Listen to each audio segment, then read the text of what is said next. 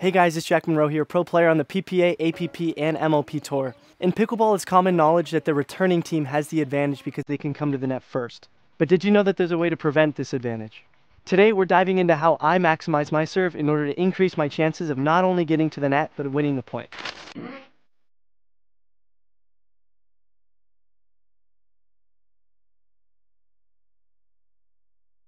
Now let's talk about the ideal serve. Oh! There's a lot of different variables that you can have that'll add pressure, such as depth, placement, power, and spin. But what I consider to be the most important two are depth and power. For example, if you consistently hit a powerful flat serve, then it is way better than a spinny serve that only goes 2 feet past the kitchen.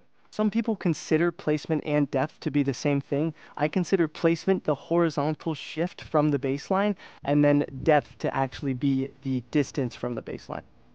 So consistently hitting the ball a foot from the baseline is way more important than shifting the placement right to left. Why is depth more important? It's because when you hit a deep serve, then your opponent is unable to run through the ball. They actually have to stay put, or if not, take a step back in order to return the ball, which then in turn buys you a second or two of time. Now let's dive into mechanics.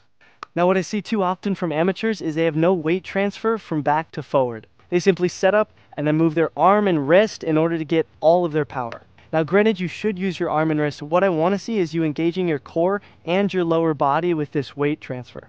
A good helpful tip that I found is rather than standing still, you actually step into it in order to force yourself to get that weight transfer. This in turn prevents you from being lazy, because sometimes even though you're set up like this and you know you should rock back to forward, you're just lazy sometimes and you just go all arm. So in order to prevent that, run into it.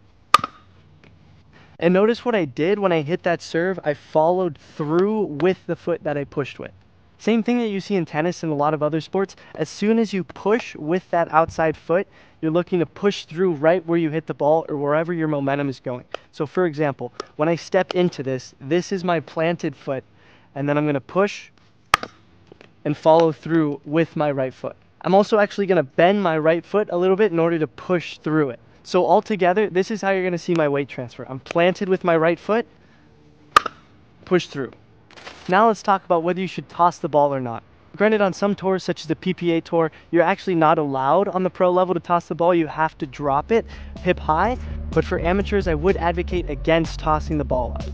Now, while this is my personal opinion, the reason I think this way is because when you toss the ball up, you introduce another variable that can cause inconsistencies. When you toss the ball up, sometimes you can toss it up too high or too short and screw up your rhythm and timing when you actually serve. Some of your tosses are going to be too high or too short, or the wind may move it in the air, while when you're dropping it, you're not going to have that issue at all because it's going to be at the same place every single time. Another thing to touch on is how big my backswing is. I find when you extend a little bit higher than a T position, you're just giving yourself too much power that you don't need. So I find go a little bit lower than that T position, and this right here, you can hit the ball over the fence if you really want to. So this is more than enough power to get a serve in at a powerful pace. Another thing that I can't recommend enough is this Hesacore grip. I personally am a fan of changing my grip specifically for my serve, since I have more than enough time to change it back before the return comes to me. And this Hesacore grips really helps me a lot when I'm in my full western. I'm able to tuck my thumb in to this ridge right here, and it's so helpful. I can feel it, and then especially when I hit my mix-up serve back to continental, my fingers perfectly position themselves into these ridges. I really wouldn't be able to hit such consistent and aggressive serves without this Hesacore grip, because what I'm able to do is I'm able to just feel my grip and which grip I'm in just based off those ridges. And keep in mind, I was a skeptic for the first 2-3 weeks, but now I really understand why players use this, and now I'm on the train.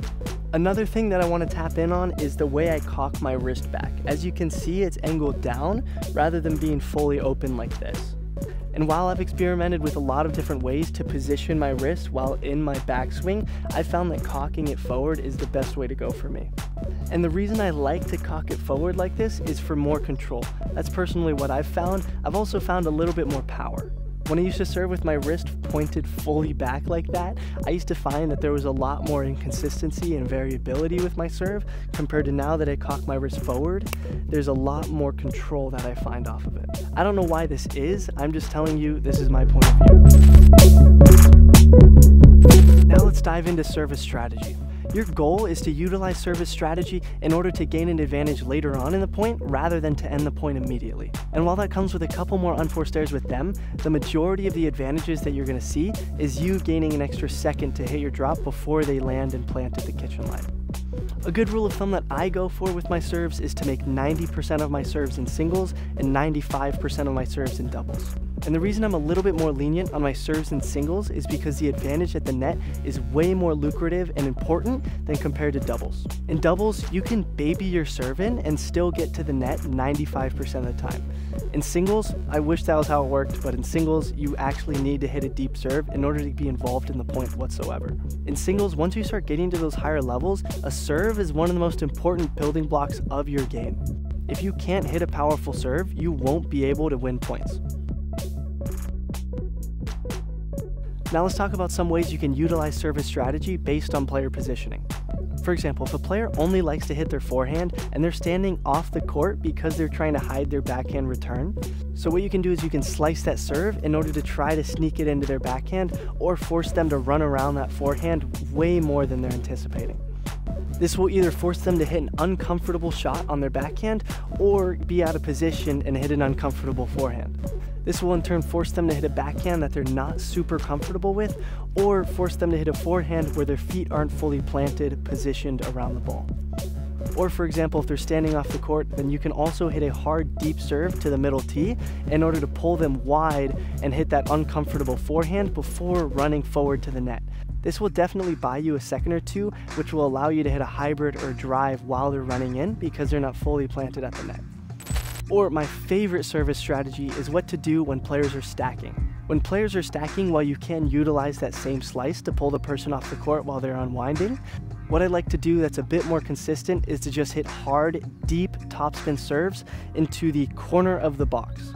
I think as a long-term strategy, it's way better to go for that consistent deep topspin serve rather than going for slices and angle shots, because what you're going to do is you're going to buy you the same amount of seconds every single time, and you're going to be more consistent doing it. There's going to be less variables, and you can catch them unwinding nearly every time.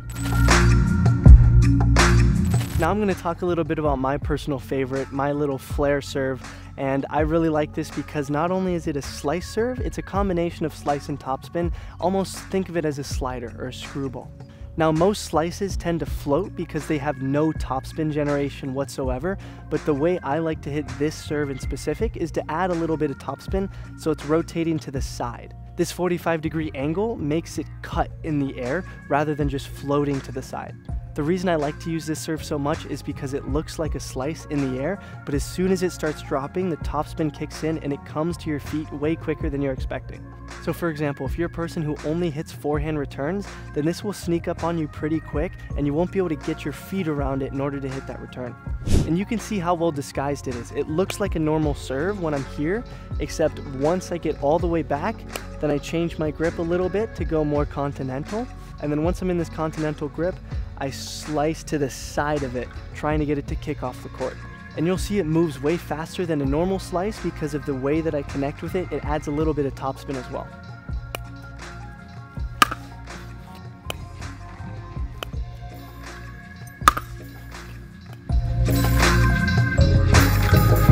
Now let's also talk a little bit about the way I'm positioned on the court. As you can see, I'm probably 3 or 4 feet from the baseline. And I like to be this far back because then I'm able to rip my serve, especially since I'm full Western.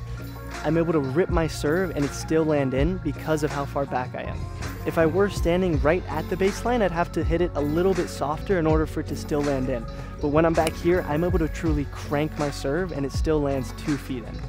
Plus sometimes in singles I can be a little bit cheeky. When I'm going for my serve a little bit more, I can hit it at the same pace except stand at the baseline, and they're not prepared for it because they're used for that time. Here's another advanced tip on why I like to stand so far back. Especially in singles, when a lot of the serves and returns come off of rhythms, I can eventually, after ripping 4 or 5 serves back here, hit the same exact serve except at the baseline, and it throws off their rhythm and their footwork isn't fully positioned or planted, so I tend to get that little free pop-up when I just move to the baseline. And yeah, for videos like this, I'm telling you how I hit my serve, not how you should hit your serve. I'm just giving you insights about what I look for and what I try to maximize for. Certain people don't like my serve. Ben Johns gives me shit about how I have the ugliest serve on tour. Granted, he's wrong. I mean, it's a hot take and it's what he believes. I hope you enjoyed this video, and if you're looking for more as how I, as a pro player, hit specific shots or implement certain strategies, make sure to comment down below and subscribe for more. Peace. They say that I'm on the road. Maybe I just lost control. These nights keep on taking tolls. Find me out